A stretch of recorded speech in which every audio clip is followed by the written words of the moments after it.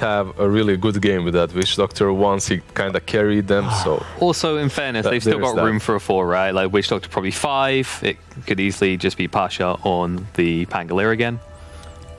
Sure. Yeah. I still don't like it. By the way, You're just being a fussy child today, is Kyle. banned out. Kotl is in the pool. Kotl is picked up. And there's a Bristleback still that's not banned out. Yeah, even versus Maledict, you would have Kotl Bristle. Didn't you just mention that combo and how, you know, it kind of simplifies your game plan? Pretty good combination. Something Virtus.pro just played before, right? That Bristle by no one dominated the game. I don't really see Secret as the Bristleback picking kind of a team at the moment, but it definitely could fit if no one else is Map2's style, right? He would play that. There's a Mars as well. Oh. You could still just rock up. You got plenty of options. You can save your mid pick, maybe go for there you go, the Mars again. It just makes sense because it again fills in this concept. What was missing from the NaVi lineup previously? They have these 2 squishy, really both pseudo 5s in the CM Lich. Well, where's the guy that can just walk at the enemy? Because inevitably you're going to be faced with a choke point or a smoke move. You need somebody just leading the charge. And Mars is so good at that. It blocks the death ward ticks as well, right? Yeah, that's true. If you use your arena properly. But also Ricky has been banned out this game. So now you're missing that opportunity to pick a core, a position 1 that doesn't care about the arena. I guess PL or something like that is still an option. I also like the point you're making around choke points, right? Because you can see that NaVi, they kind of want those squashed up areas because you got the Pangolier, you want cask bouncers plus the Death Ward. Mars kind of invalidates all of that in one go. Oh, it's just a good hero. Yeah. It's like Secret really, I don't want to say they draft safely, but they always end up with something solid. And a big part of it is because, once again, they make sure to pay respect to the simple concepts of Dota. You know, have the ability to push waves, have strong team fight, have stuns, have something with scaling, have something that can get auras. It's just pretty standard stuff. The Disruptor is one of the Navi's best heroes. I think they're 4 and 1 with it. It's definitely better for their style of play. But once again, you have the scenario where your supports are effectively all about amplifying aggression and winning more. But if you fall behind, look, they didn't change anything when it comes to the play style that they will have. They didn't change much. All right, Disruptor can kind of start the game with a solid glimpse, kind of start the fight with a solid glimpse. But you again have these 2 supports that are pretty weak when it comes to out pushing waves without showing, and overall are just squishy and constantly on the outskirts of the fights.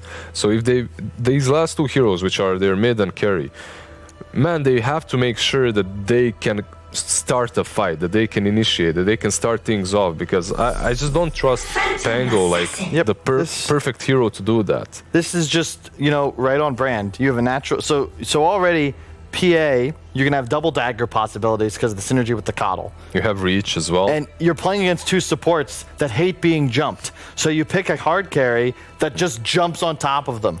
I was actually thinking PA or Spectre for them. Something like that would be pretty sick. Is it me or is this looking a bit slow from NaVi now? Like that's not really your front liner per se that we were just talking about. At least you have some semblance of a win condition, and it's necessary to pick something that can kill Rubik and Coddle. You need to hunt the duo. It's just Morph is I just don't know. The lane top is going to be real tough to deal with. Witch Doctor Morphling is pretty formidable, but it's just... Do you think this is Witch Doctor 5 then, or Disruptor 5? It doesn't really matter. Both lanes are very strong. Disruptor Morphling, Witch Doctor Morphling. For Mars, that's not easy to play on at all. Is there a... Yeah, Void Spirit, Ember Spirit both banned out. So you don't have like that Dream Vessel Buyer still available for Secret. But you got to imagine it's just last pick Nisha hero. Yeah, Kunkka looks great here. As always. Looks amazing. You know what as well would be pretty good. Okay, that's for PA, right? For the break. That's why they ban it out. And for Mars. For Team and for Mars. For Secret, actually, Meepo would be pretty sick again. Like they could go for that. Hell yeah. Like, it's a pretty decent Meepo game. This is what I love about Liz. You get on a panel, he's always the first one for his Meepo radar. It's all these cheese picks, like literally. I've lost so many games to them. Totally didn't win won them. Quite a few as well, obviously, but lost way many more, trust me. So that last ban comes through, especially with drafting order changes, right? Before you at least have 2 bans to cover yourself from cheese picks. Now you only have 1. You ban out the Bloodseeker and +1, and you're just more and more susceptible to these last picks. So we're looking last pick for NaVi and Magical Hero. What do we see that can, like, boost this lineup, bring it online? Do we need something kind of safe and stable, like a DK type pick? I think Kunkka DK are your really just only options, because it needs to be something that can just sort of accept damage from the PA, and preferably something that can face check high grounds and also have a stun attached if possible. Do you get the Quap? This is a very squishy lineup from NaVi. It's very squishy. You can play around with Quap though. Ultra aggressive, I think, is also a fair word to them, right? You can play with that Quap. If you're playing Disruptor with an aggressive lineup, it can work out. This last pick from Secret is obviously going to determine everything. I mean, I expect just the Kunkka DK. The Kunkka is great. Yeah, DK is fantastic. I like Kunkka more just because he can buy the vessel, and I think you really want to have one in this game. NaVi, their success is predicated on a strong laning phase, specifically for their Quap morph, and then good rotations. The downside of this draft is your only tower damage is to sit there and smack it. So you need to have map control obtained. But look at their last ban. They ban out the Lina, and okay, it's understandable. It's decent versus. Okay, Puck is also really good versus Quap. That's also great against Pango. Yeah, it's pretty good versus the Morphling as well. You have that burst damage early on. I love the Puck pick. I actually didn't expect them to play Puck. I haven't really seen too many Nisha games on Puck. Have you? Neither have I. Yeah, so that's going to be interesting. Well, we have all 10 picks. Where do we sit on this one? Is this NaVi pulling us to a game 3, or is just once again Team Secret ticking all the boxes? I think it's more even than in the first game. Definitely. But with this last pick Puck, I think they have ways of bursting down the Morphling, dealing with the Queen of Pain in the lane, and also Leash for the Pango. Yep. I'll still go for the Secret, but I like NaVi's chances better this time around. Yep. I think if they can snowball the lanes, they'll be in a good position.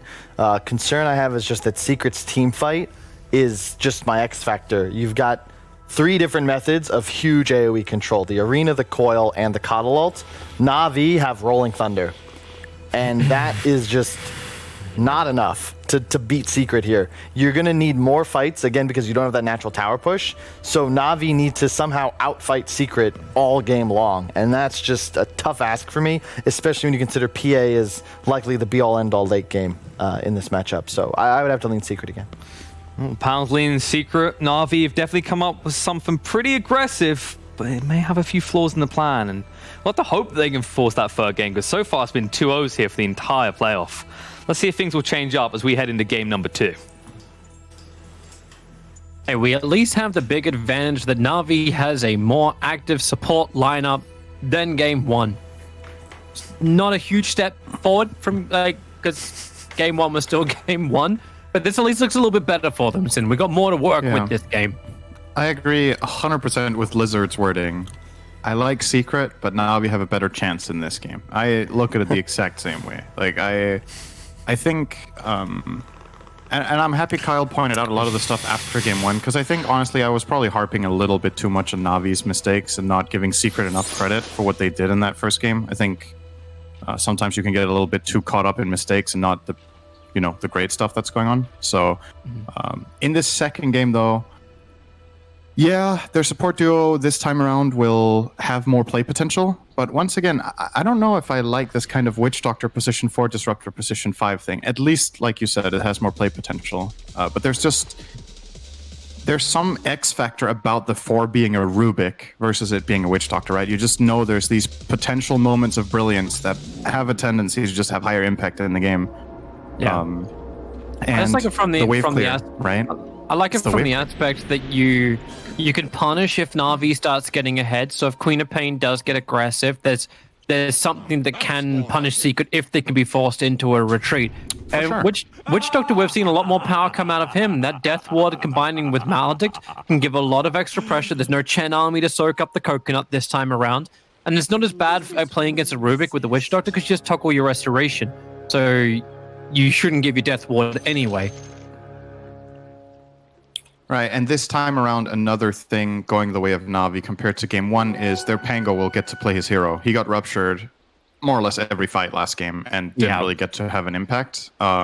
This time around, banning out the Bloodseeker allows Pasha to take more initiative and feel more confident about going in front. As long as he gets his ulti off, he knows he's more or less safe for the duration of it until PA gets, say, BKB, plus maybe a Basher or something like that. So it's way down the line of the game.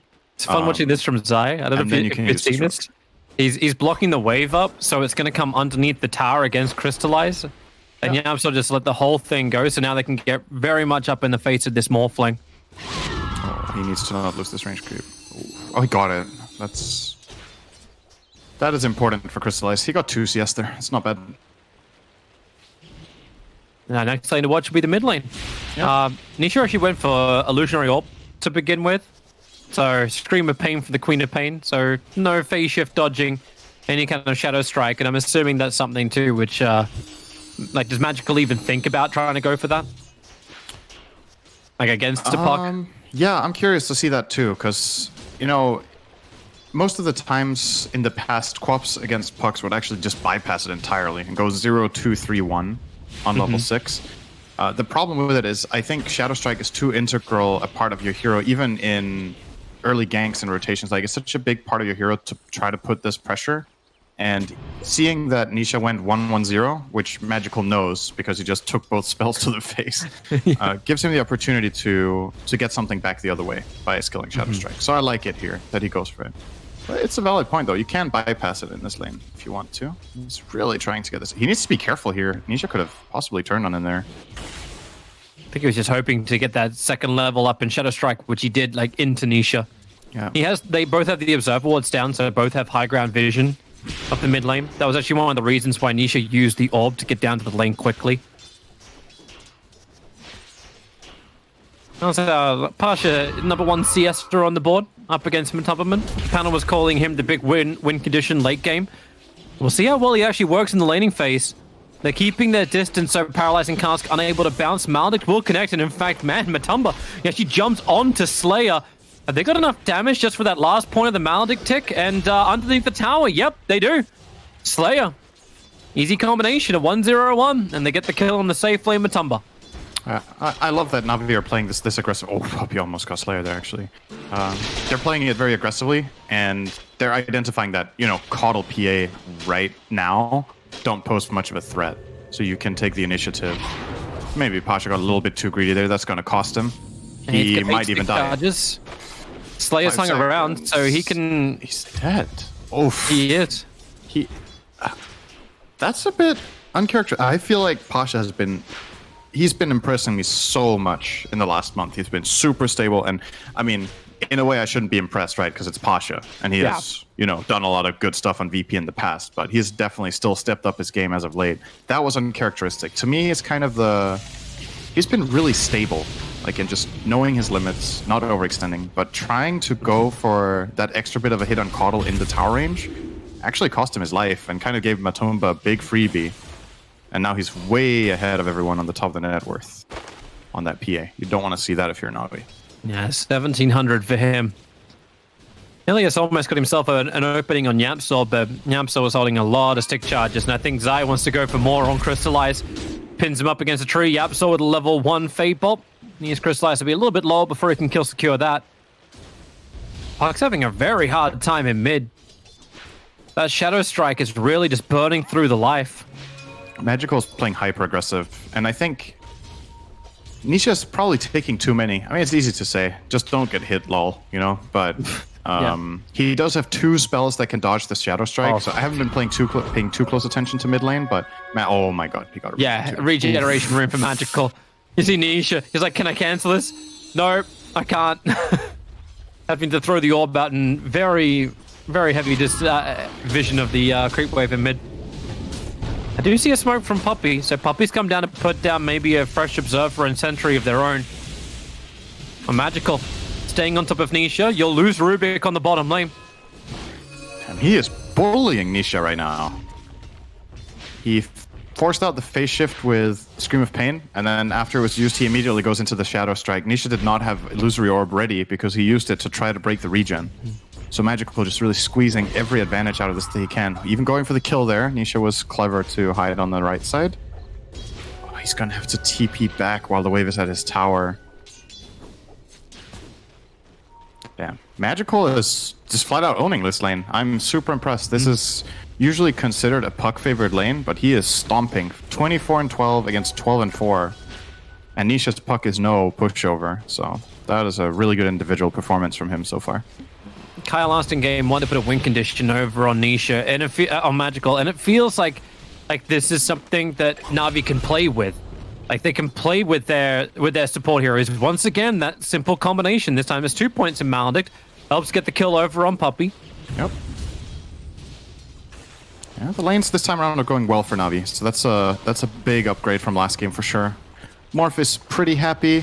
I would say this lane is good for Mars in the first few levels, and then once Morph hits level 5, you hate life on Mars down here, because you want to pressure him as much as you can, but it just never really feels like enough to burst him, and then he resets with, say, a Salve or Tangos, or even buys a Morbid Mask.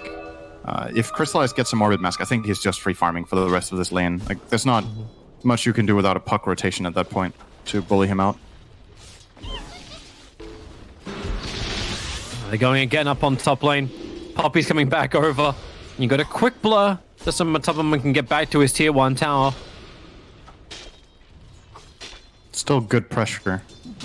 This is what I want to see from NaVi, you know, that just playing aggressive in their lanes. This time around, I think they've drafted for more potential success in all 3 lanes. So I really want to see them push it to the limit, but not over it, Pasha. Not again. And this time he didn't. Pretty close to that tier 1 tower. He's actually going to TP all the way home. So I'll leave the lane for Slayer. It's a pretty good time to refill. The wave is in the tower. Slayer gets a pull off on the side camp. So all of the experience that is available in the lane will be claimed by somebody here. Whether it reaches in time for Pango or not. As long as it goes to a hero here, it's not a big loss whatsoever. Hey, you're fine if Witch Doctor gets this. Yeah, the faster you get level 6, the better. Even level 5, it's a huge upgrade in this lane. Puppey's about to deny the next creep wave. He's got a triple stack on that easy pull. A lot less money coming in for the NaVi off lane. There is a ward that actually watches this happening, but there's not a lot you can do to stop it. Unless Pango can come and farm up most of the stack. Zine, Yaps are fighting bot, but not much going to come out of this. Still, despite Morph having good farm, I think if you're Mars here, you're happy. You're actually still neck and neck with Morph on CS, so that's really good. But, oh, he got level 6. They were not ready for that one. Yep, Arena comes down from Zai and Crystallize. Oh, now he doesn't really show he can survive through all of this. But he lost his courier. That's one downside. But losing only a support, the Mars Arena goes down. Yeah, you lose your courier, but it still feels, as far as like keeping your win condition up and running, not that bad for NaVi. But the fight now comes to the top lane. Nisha with haste and triggers. No Dream Call available. He'll orb forward, won't find the Witch Doctor, who makes a break for the tree line. And once again, NaVi looks like they're just hanging their support out to dry. He'll begin his TP and then realize Wait, that's what? not going to happen. Maybe that's because, okay, they get rid of the Observer Ward. That's been there for almost a full... Oh, the Swashbuckle! He won both the Creep Wave and the Phantom Assassin. Slayer canceled that TP, I think, not because he thought he was not going to be able to make it out, but the communication there was from Quap connecting. He will kill the puppy Coddle here. But yeah, I think his teammates were telling him, stay, we're going to turn this around with a Quap, but he just died too fast. He didn't get his spells out. And even getting off the Cask plus Maledict there and then dying would have actually possibly netted them a big bonus kill that they could have collapsed on. Secret, I would still say happy with this overall. You lose your Coddle, you kill the Witch Doctor, and you force rotation. Not bad. Oh my god, that's the kill they really shouldn't be getting. Was he morphing the wrong way? Zai doesn't usually offensively tip. So... Yes. What happened there? I only caught the tail end of it, like right when he died. Yeah, I didn't see the front of it. That That's is not definitely a kill not that should be great. happening. And now Zaya's going to get ready to try and do his own fight. Poppy, blinding light, pushing them back. Pasha able to get the damage and the disarm. Just one last scream from Magical will do the work. So I remember he's got Arena of Blood already back up again, ready to fight. Looking to lock in the Queen of Pain, pinning her up against the wall with a spear. Rolling Thunder coming in from Pasha, creating more space for Magical, who had one charges as well as the infused raindrops to give him the cover. Yapsaw goes down. Both supports from Secret dead, but you know Puck wants his fight. One charge up quickly. Crystallize trying to help out. The snap of the Dream Coil triggered by the Spear of Mars. So Pasha, well, they take the tier 1 tower on the top lane for NaVi. That's one big advantage they would be very happy to achieve. Is the Pango worth the cost? I think that's pretty good overall. Like if Map2 wasn't farming in the bottom lane at the same time, you would be very happy. Now it's kind of okay-ish. The big thing I'm looking for is, can NaVi limit the PA? You're shutting down this Coddle really hard. Like, Puppy's game is terrible, but that's not really the win condition of the game. Like, Coddle being slowed down, as long as he gets level 7, he doesn't really care. He just needs to get his ulti off, throw a chakra on PA for double dagger. At least you get PA to TP all the way home. That's something. That's one upside. For sure. Like, you gotta pressure this guy. You can't just... Like, PA is not a very strong hero at this point in the game. You gotta stop her from hitting creeps for free. Well, Puppy's coming over to say hi. I don't know if Magical's going to say hi back to him, Puppy. Oh, Blinding Light can push you back, but that's still a level 2 Shadow Strike. Not enough to get the kill. Mana Leak, Magical wants to... Wait, I think he meant to Blink Scream, but he screamed instead.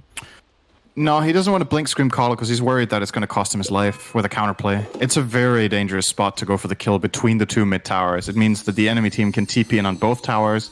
They could have already pre-rotated one core, and he would die. So that did look like it was on purpose, but with our vision, he probably could have got away with that. But there's a lot of information he doesn't have to make that play. And trading his life for Coddle is awful. He really doesn't want to do that. Especially a Coddle who's already 0 for 3. But they'll 3-man smoke up. They're hunting Phantom Assassin, trying to hide inside of a blur and farm up Ancients, but the Rolling Thunder Pango got to hit the right timing. And with the Thunder, Shield Crash in and Disruptor Storm.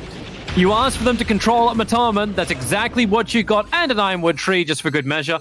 Puck wants to get something of her own. Sonic Wave available, Glimpse, Yapsaw, get the hell out of here. He stole Shadow Strike, and they're trying to bring in more players. A quick jump away from Puck, but the Sonic Wave will connect. Now it's 2 cores going the way of NaVi. Very nice. Crucial to get the Glimpse quickly on Yapsaw before he steals and uses a Quap spell there. Just didn't give him any opportunity whatsoever to get anything done. And that's, again, this is what their lineup can do. We talked about it pre-game, that if you take the initiative and you have this Disruptor, Pango can play a key role in this game compared to the previous one. You're seeing it there. He's initiating out of the smoke. He gets to actually do stuff. And once you're ahead in a fight as NaVi, you have so many options, right? You can glimpse people away, you can glimpse people back to get bonus kills. This time around, obviously, securing their way out. Very good. We're back into the farm game. Phantom Assassin looking to finish up the Desolator. That's what Matubba was attempting to do before. But now he'll have the space up on the top lane thanks to Crystallize shoving it in. Now Crystallize looks like he's already got some pretty damn good items as well, ready for his own sustain. Morbid Mask with double Wraith Treads. He's rushing Manta. I don't know if he will change his mind on this, if he's worried about the silence from Puck, the blinding light. There's no vessel being purchased by the Dire. He doesn't necessarily know that yet. He can't fully be certain, but is absolutely the case here, that it's not coming out. I don't know if this Manta is really needed. There's a lot of things to break out of. Potentially disjoint. Helps him kill the Coddle ult as well if he mantas off the blinding light. It's great aggressive vision. They're on Swashbuckler won't connect. They're going to go in the Rolling Thunder. See Mars beginning his TP in, but that's a great storm catching Zai on the end of his TP. They're actually going to glimpse him away just in case. Rubik will arrive with a paralyzing cast, catching Morphling for the moment. Same with the Will-O-Wisp. Queen of Pain having to wait out the Dream Coil before she can blink out. They're trying to push her away with everything they've got, and they're able to do so. Turns into a mid for a safe lane, a trade. And Zai actually gets more because he got sent back down to bottom lane. He's able to push the tier 1 tower. Well, damn it if you do, damn it if you don't. It might look stupid right now, but I think the fight would have been a lot worse if they let Zai stay there. So, tower goes, like you said. And Secret with, honestly, overall, the bigger win there. Like, yeah, you kill PA, but you trade for Quap plus tower, and your mid lane is pushing in already as well. They're just very quick to respond and push out lanes. And again, it's... Oh, well... It's just defensive arena for the bounty runes. Did you get all 4? Yeah, they got all 4. Right, now Secret won really big time the last minute. Zai rushing the Yules on Mars, so guaranteeing setups on both Quap and Morphling now for a while until they get BKBs or Lincolns. He can Yule into Spear next to trees. He can Yule into Arena into Spear, of course, which is the key classic combination. Quap's actually going for our own Yules as well. Nice first item.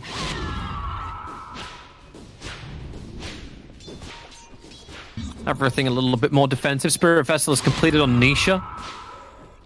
Already holding onto the 2 charges. Oh, there's a... My apologies, Toby. You didn't even correct me. There's a Vessel on Puck. It's fine. I'll get you there eventually.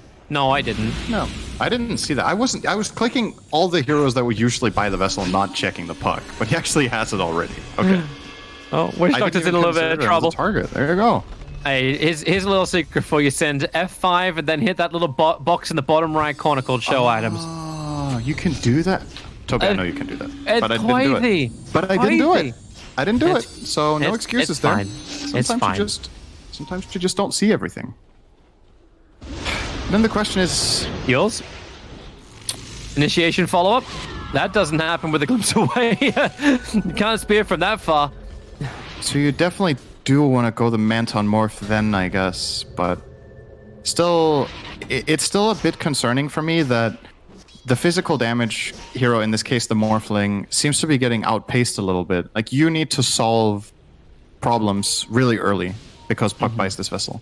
So from that perspective, I like it. I think it's very rare for Puck to go Vessel like this, but in this game, it seems like a solid choice just because it puts Crystallize on the back foot. He doesn't get to go for the aggressive build where he gets, say, rushing an E-Blade so that they can try to put even more pressure on Map2. As soon as you force the Morphling into a Manta, he is not a threat for PA. Like, PA doesn't care. He'll get natural 50% evasion. Like, are we finding ourselves back in the same situation as Game 1 where you have to beg the question, like, how does Na'Vi win the game? Well, there is definitely a win condition in the Morph, like Kyle pointed out. This game is not black and white, just over if it goes late game. Dota, for the most part, doesn't really work that way anymore. Like, with talents and heroes scaling in different ways, usually lineups can do a lot late game. So I wouldn't say that PA has a free game here, but it's just like, if you look at the trajectory of the game right now, Navi have lost 2 tier 1 towers, Secret have only lost 1, and their mid tower is full HP, so they have naturally more map control right now. Posh. Rolling Thunder, Zai. He's going to come down. You got the Maledict towards the Death Ward. Defensive Yule Scepter up towards the air. Zai will hit the ground. He's still inside the arena. Is that enough damage to kill him with the high level of Maledict? There's all 4 levels up, and Zai will pop from the last trigger. Hoppy blinding line them back. A little bit of trouble for Pangolier. Caught with a Spirit Vessel and inside the leash of Nisha. Nisha already on the hunt for more.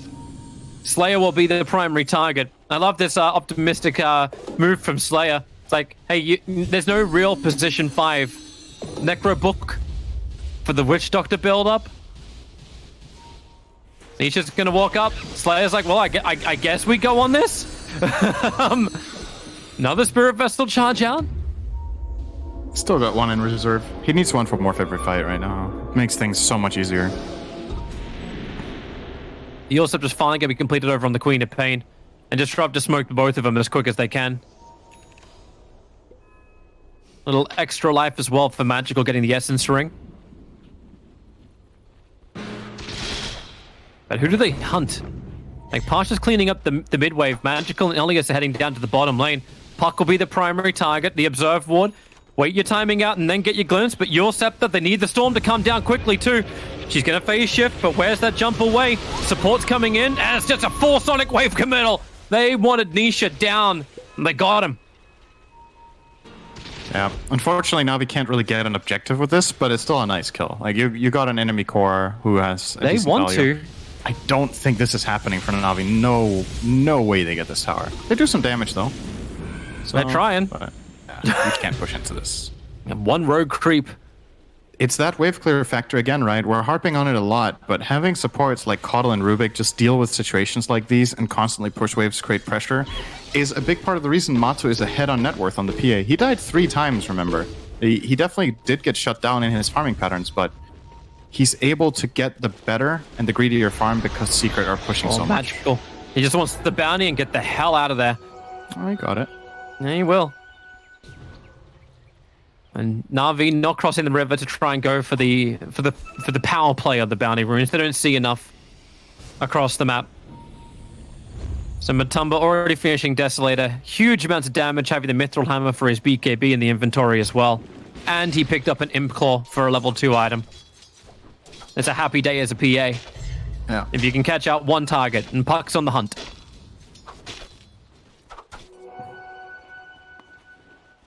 Yeah, they wanna chase down this Pango right now. Map2 gave up on his ancient camp to push out the wave, making this gank a little less obvious because now PA is not a part of it. Oh my god, they got Morph instead. That's even better.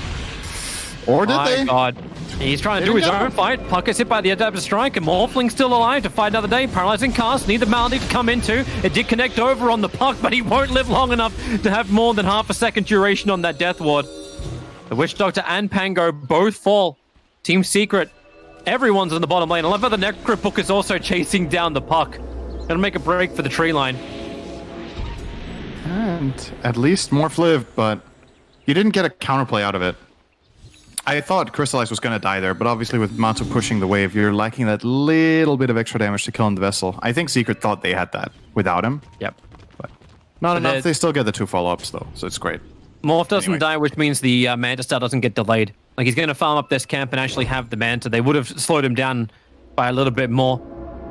PA is moving over.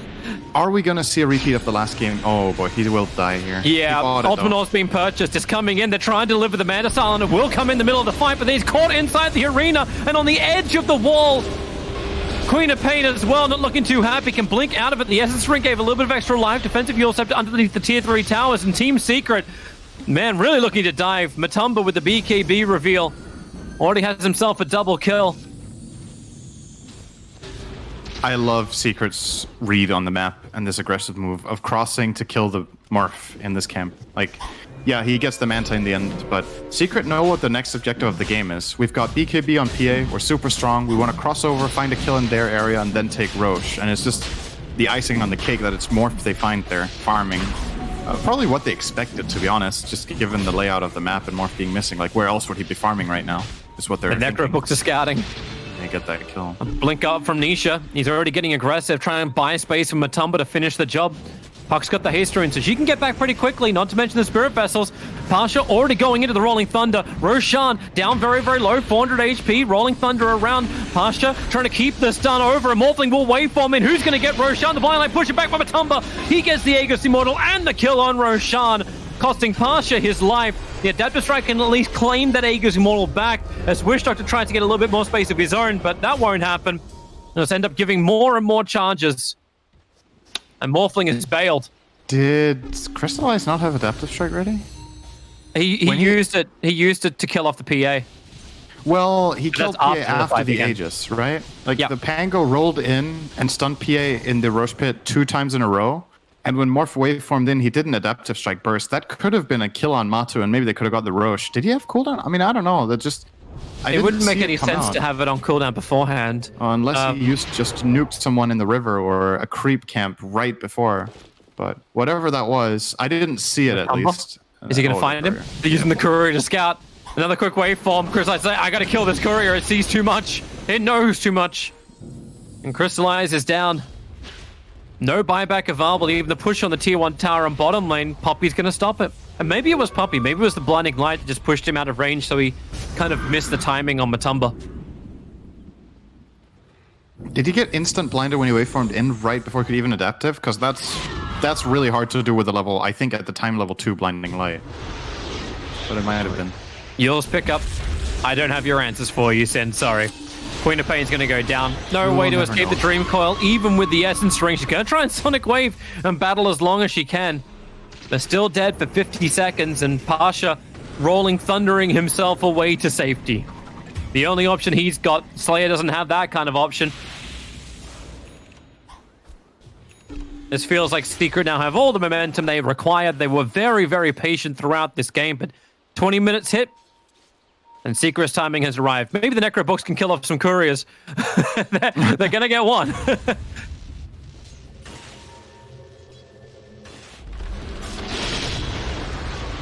Another Yules into the perfect spear, and the crit damage the Matumba's got more than enough to kill off Pasha. This map got a lot smaller in the last 5 minutes for NaVi. They just lost Roche, mid-tier 2. They've lost all of their... Well, they have one defensive ward at the river, I suppose, but they have no idea where Secret is, and it's really difficult for them to move out without any sort of info. They don't have a natural way of finding information with their lineup. They don't have any like scouts like Hawk or Wolves or whatever. They're going to kill They have Crystallize. Morph instead. Yapsaw has the grab range, and that's what Crystallize wasn't ready for. And Crystallize might already be tilted. He tried to adapt to strike Matumba before, and he just blur dodged it in front of him. They just go high ground. Very easy for Secret. Desos, bashes, all the teamfight control. No big ultis had to be committed for this, but I suppose well, Poppy did burn the Will-O-Wisp. But you've still got Arena, you've still got Duel, and Zai is threatening it. Blinking forward like this. Pangolier, he's going to go into his Rolling Thunder. They do get the control on Matumba, but he just BKBs, jumps in, kills off the Witch Doctor. He'll have to buy him back if they want to keep this mid-racks alive. Matumba's BKB is wearing off, and you get the double hit from Pasha. Only one on the disarm, but better luck here from Matumba. Gets the bash on the dagger. Now the Arena will arrive, and Queen of Pain locked on the wall. Push through. Matumba staying right on top of Magical, but now he doesn't have immunity. Now he needs a little extra help to get out. The Glimpse will pull him all the way back inside the base. Needs another jump available, but does not have it. Finally, the streak is ended. Slayer is the one to claim it with the Death Ward. And heavy buybacks from NaVi. They really want to get more out of this. That cost them 3 heroes and 3 buybacks to get Map2 once. That's all they got. And the gap is just increasing every minute. Secret haven't really, like, if you look at the gold graphs of both games, they've just been steady gaining. I don't think there's been a moment where NaVi had a beneficial minute in the last 2 games. It doesn't feel that way, at least after the very early stages of the game. Like, if you look at it this time around, after 14 minutes, I mean, I guess you could argue this is a little micro bump at minute 21, but there's never been any sort of big win. And I think there's a pretty clear correlation between just the way the lineups work, right? It's Secret having the wave clear, it's Secret having the jump initiations from Puck and Mars. They're the ones making the moves first, and they're the ones reaping the rewards every time. And NaVi, once again, with this kind of lineup where Disruptor to function in this game kind of needs Pango to lead, but Pango can't get a guaranteed catch. So if he doesn't do that, Disruptor loses a bit of his purpose. Witch Doctor is currently dying. Yeah. Might survive. Oh, wait. Scepter. He'll be out. Oh, wait, no. He had the net. I forgot. He has Clumsy Net. Well, see ya. My kill now. Just shows up for an easy dagger kill. Secret are definitely having fun in this game. Nisha looking for a new target. If he Dream Calls, they'll kill off the Disruptor. But I don't think he really wants to waste it. He's got Blink off cooldown in 1 second time.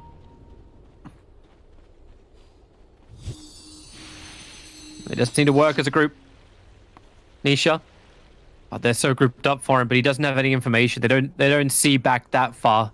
Rubik's only now bringing in the Observer Ward. Zaya is free on the top lane to take the tier 2 tower. Nisha's doing the same on the bottom lane with his 2 supports right behind him. And Matumba's busy picking up neutral items like a Titan Slither. You'll take it. Yeah, nice damage. It gives, what is it for him, like 20 damage, but then the status resistance and magic resistance obviously insanely good. Zaya's playing with a Clumsy Net. They lose their Observer Ward on the northern side. So full Abyssal Blade completed on the Phantom Assassin. Nicely done with a BKB for the Mars. So much negative armor, so much to work with. Fun Dagons for Puck. He's gone for the full 5. I think Chris Size is feeling a little left out. NaVi's gone out for a smoke break, but he wasn't included. But they're going to try and fight on bottom. Oh, Puck actually jumps into the middle of him, and then the arena from Zai. He'll catch out 3. Then Puck can get the Dream Coil out. Wish Doctor can't fight this one. He's sitting inside the Ghost Scepter. At least you get the Storm done, but my God, Team Secret, all the items they needed, ready to take that fight. And Nisha, the aggressive blink into phase shift. Na'Vi were not expecting that, and Nisha probably wasn't expecting it either. See ya, Navi. That was a really, really good initiation. And a good read, right? Navi were smoked, trying to get over to defend this tower. And Puck just immediately gets the snipe. And it's so easy from there on out. As soon as he breaks that smoke and gets the 3-man silence coil, the fight almost plays itself. Navi can't really get out. Mars follows through. PA gets a fight of her dreams. And yeah, it's kind of similar to the last game in some ways. Does feel like Navi put up a better fight this game. They took some more initiative, but Secret are just way too good for them today. It's not... Neither game has really been close at all. Yeah. It's not really been much Secret to were write home playing for about. their win condition, which was... It never felt hindered. Like, in this game, Matumba died on the bottom lane, which probably slowed him down a little bit. He's still 14-4-4, but... Your PA is still hits that perfect timing and do all the damage in the world. And there's no control you got against it. Like BKB and Abyssal Blade, any target that Matumba goes on will die. They'll glimpse him back. Are you going to try and... Well, there's no point to storm unless the BKB's on cooldown. And now, you'll step forward. Zai going to use his own BKB and just spearing him back into Yapsor's pickup of telekinesis. While Puck controls everyone else, the Sonic Wave completely whiffs as he just hides inside the phase shift niche just a little bit longer. And it's like Na'Vi can't get anything while Matumba looks to take everything they've got. Zai, well, he doesn't grab anyone inside of the arena, but he keeps Na'Vi inside their own base as deep as they can go. And GG is called. It looks like the trend shall continue. All games in the playoffs chalking up at a 2-0.